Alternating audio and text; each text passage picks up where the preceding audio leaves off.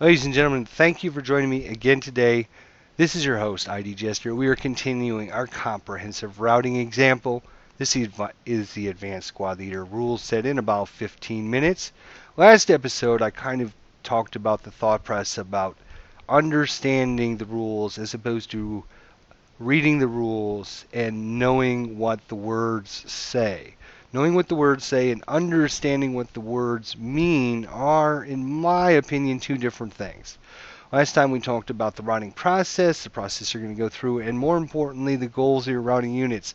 Keep your units alive, get them into a hex with a good order leader, get them into a hex with a terrain bonus, and if you can do both of these, get them into a hex with a leader and a terrain bonus, that's even better.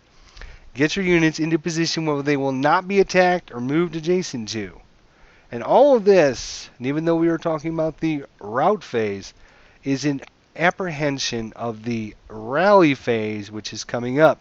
You want to get your units in the best position and situation that will allow you to rally them. Broken units do nothing for you and help your opponent.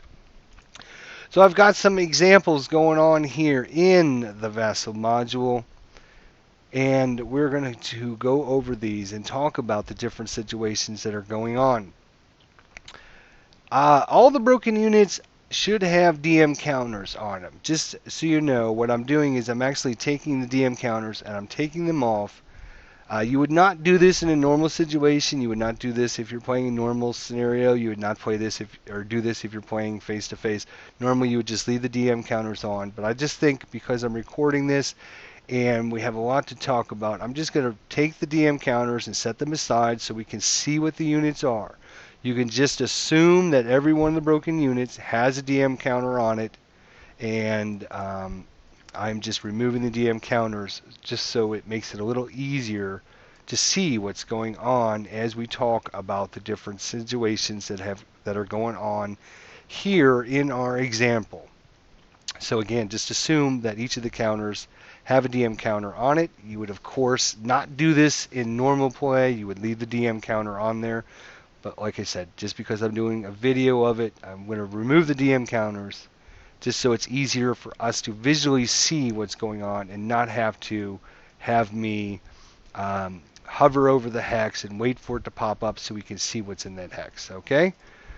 Alrighty, so let's move on with this. We have the German player turn. We know that because of our phase disk here. It is the rout phase. We know after the rout phase comes the advanced phase. After the advanced phase, we're doing close combat. Then we're going to switch turns. The American's going to become the attacker. The German player is going to become the defender. And we're going to have the rout phase. The German player knows. He knows this is going to happen. There's nothing he can do to stop this process from happening. And he knows that when it's the American player's turn, he is not going to get a free field promotion rally attempt on one of his units. So the only units that he can get a rally attempts on are those units that can self-rally or units that are with a good order leader. So the goal for the German player is to get all of these units right here into a hex that has a non-broken leader. We can see in I3 we have a good situation started here. We got a broken unit. We have a good order leader. We know in a couple phases from now, when the next turn starts, the rally phase, this unit's going to be able to rally. So the German player says, okay, I'm going to start my rout process. I'm the attacker, so I start. I am going to check for voluntarily breaking any units. He decides he's not going to voluntarily break anybody. He then checks for disrupted units. There are no disrupted units, so he will move right into starting to rout his units. Oh, let me remove this DM counter too. All right. So you can see over here on the western flank, we got quite a situation going on. Quite a situation. We have some 666 American units. They are pressing the attack against the Germans. The Germans have 3 broken units, maybe another one, 4 broken units in this western attack zone. And he wants to get all of his units into a hex with a good order leader because of what I just said, and also because of our goals for our routing units. So the German player says, "Oh, okay, well this is going to be easy. All I'm going to do is I'm going to take this unit. He's going to move in there, and this unit here. He's going to move in this hex, and then he's going to move in this hex. And now I got all my broken units in with my leader, and I'm good to go." Oops, arrow key, thank you. Okay, well, everything he just did probably his thought process is right, and this is what makes him a non-very good ASL player, because everything he just did is wrong. I'm going to move these units back to their normal position, and now we're going to talk about what the thought process should be. The thought process should be for the German player here that he cannot move towards any or move closer to any known enemy unit. He can see all these units down here. Every one of these units can see one another. So they're all known enemy units. And the problem's going to lie between this unit here in K3 and this unit here in G7. That's going to be the conflict one. Okay, that's going to be the conflict one. If we look at the distance between G7 and K3, we're talking 1, 2, 3, 4, 5, 6 spaces away. So if the German player decides to route this unit into this hex here, he's not moving closer to any known enemy units, which is allowed, and he's good to go. He can move on. Now the problem is going to lie when this unit here decides to route. He can go into this hex here because 1, 2, 3, 4, 5, 6. 1, 2, 3, 4, 5, 6. He hasn't moved any closer. But when he moves into this hex right there, this is now 1, 2, 3, 4, 5 hexes away. Before he was 6 hexes away. He is now moving closer to a known enemy unit. Not allowed. Oops, at this point, the German player then goes, "Oh my gosh, he can't move into this hex. I guess he's just going to stay right there." Well, what happens? The next rally phase, this unit's not going to get to rally because he's not with the good order leader and he doesn't have any self-rally capabilities.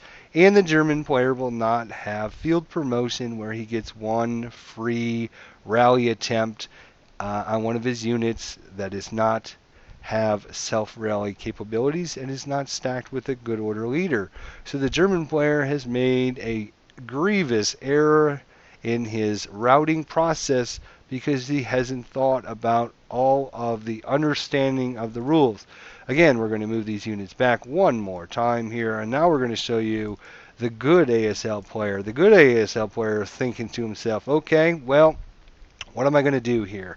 I got a situation. I can't move any closer to this enemy unit here. What can I do to get all of these units into the same hex so that I can get them all rallied in the next phase? So he analyzes the situation and quickly decides, I've got the perfect situation. 1, 2, 3, 4. 1, 2, 3, 4, 1, 2, 3, 4, 5, 6, 1, 2, 3, 4, 5, 6. So this unit here in K3, which is a troublemaker, is 1, 2, 3, 4 hexes away from this unit, and he is 6 hexes away from this unit. If he moves into this hex right here, he is still 1, 2, 3, 4 spaces away from this unit, and 1, 2, 3, 4, 5, 6 spaces away from that unit.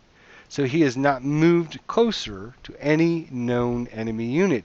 So this will be the target hex for these units.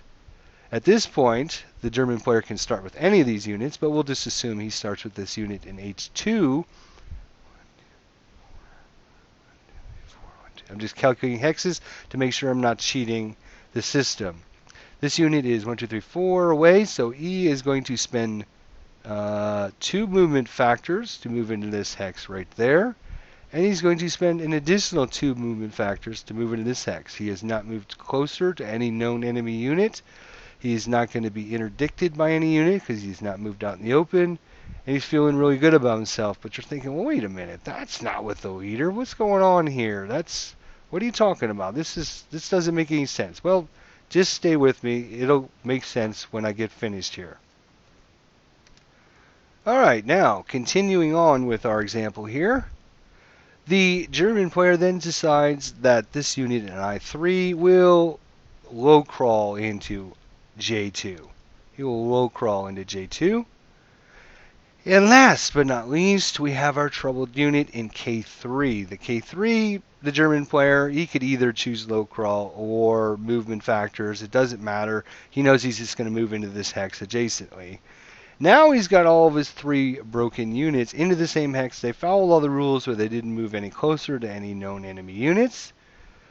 And you're thinking, well, okay, great. Well, that doesn't really help him because he doesn't have the leader. But because the advanced squad leader player is thinking ahead, he's not really thinking about the route phase. He's thinking about the rally phase, and he's thinking about the advanced phase, which is coming up right next. We haven't covered this, so it's not in our repertoire yet, but the advanced phase, basically any unit that's not pinned can move into an adjacent location for free. There's no attacks. It's just a free move where they get to reposition. So the German player knows, because he's a good player, he says, oh, you know what? I'll just have these guys all line up here. And in the advanced phase, I'm going to take my 7-0 leader and I'm going to advance him into that hex. Oops, it looks like Vassal has a little issue going on here with it. Let's just give it a second to catch up. But he will assume that once he's finished with all of his other routes and the American player's done with all his routes, come on, what are you doing? Sometimes Vassal does this occasionally with me, especially when I'm trying to record different episodes. He's going to advance into J2, and when he advances into J2, then we'll have the close combat phase. Then when we have the next rally phase, what will we end up having?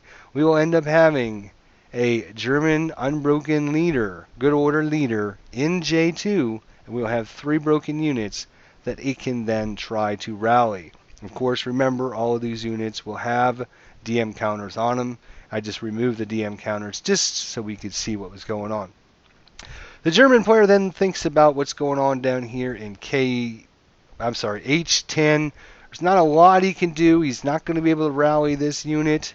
There's nowhere this unit can go that's going to get him in any better position. He's kind of pretty much set there. And he's not going to be able to do much. Hopefully this is not going to be an issue here later on. Anyways, so he's just going to say that this unit, of course it has a DM counter on it, but we're just going to assume that the German player decides not to route this unit. It does not have to route a unit. He does not have to route this because it's not adjacent to a known enemy unit, and it's not in the open within the normal range and line of sight of an enemy unit. So he does not have to route this unit. Last thing the German player has to think about is this stack in F3. And I can't click on it because of the little situation that's going on here.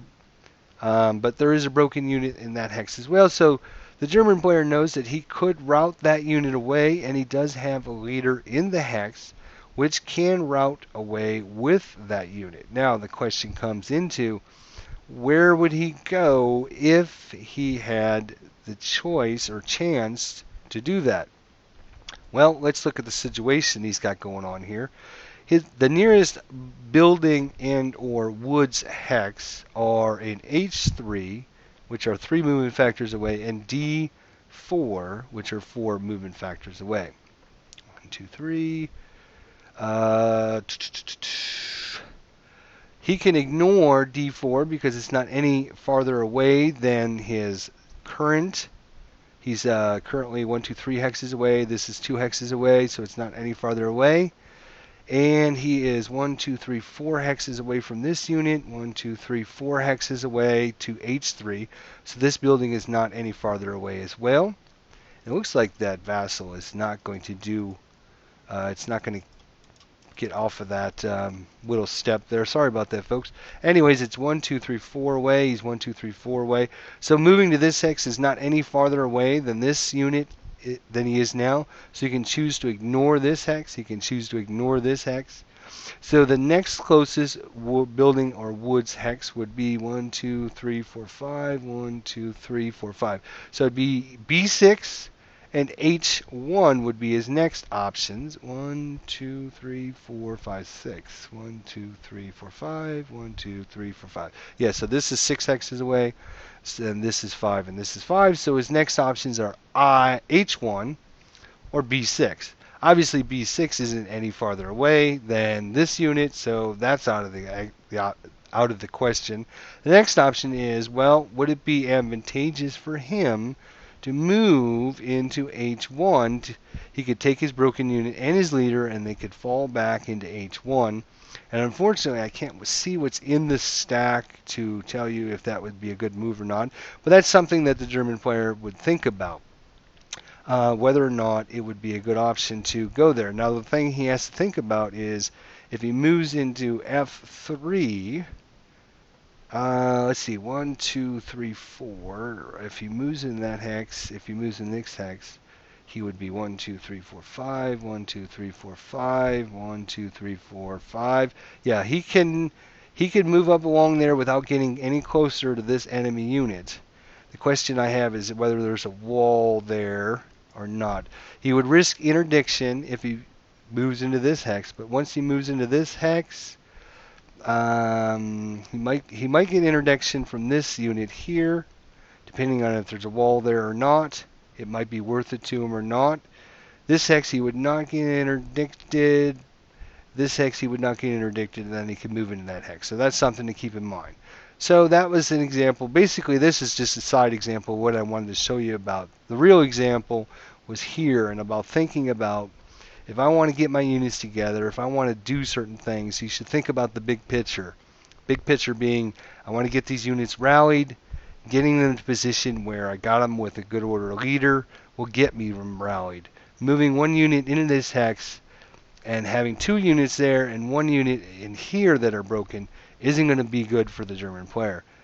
Getting all 3 of these broken units into J2 and then having his leader advance in there, much better play, so he has 3 chances to rally his units for the next rally phase. Next time, in the next episode, hopefully we'll be able to get Vassal to work a little better for us, and we'll start talking about some of the situations going on here in the East, the Eastern Front here, and see what things we can come up with that might help or hurt the German player or the American player during the Rout phase next time. So thanks for watching the comprehensive routing example. I'm sure I'm going on about some of this, maybe a little bit. Oops, that might have done it. Yes, it probably did it. Let's see. Finally caught up. Oh, there is no wall there. So the American or the German player would definitely get interdicted in that space. So he'd risk a normal morale check if he moved there. Then he could move into this hex and this hex and this hex, not get interdiction. And so that would be a decision the German player would have to think, is it worth staying in this hex? He does have a good order unit in that hex that can help fight off any of these units. So, that's for another episode, I guess. But we will think about this situation that's going on in the East Front when we look at the next episode. But remember what we talked about in this episode. You want to think big picture. You want to understand the rules and say, okay, well, I'm doing the route phase. I'm really worried about rallying these units. How can I best get them into positions to rally?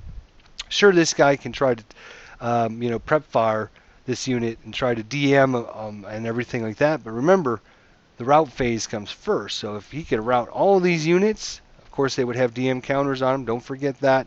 All of these units would have DM counters on them. Come on, open up.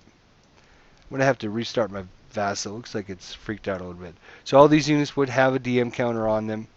So they're going to get a +4 to the rally attempt. But they are going to get a -1 because they are in terrain that's going to give them a bonus to their rally attempts.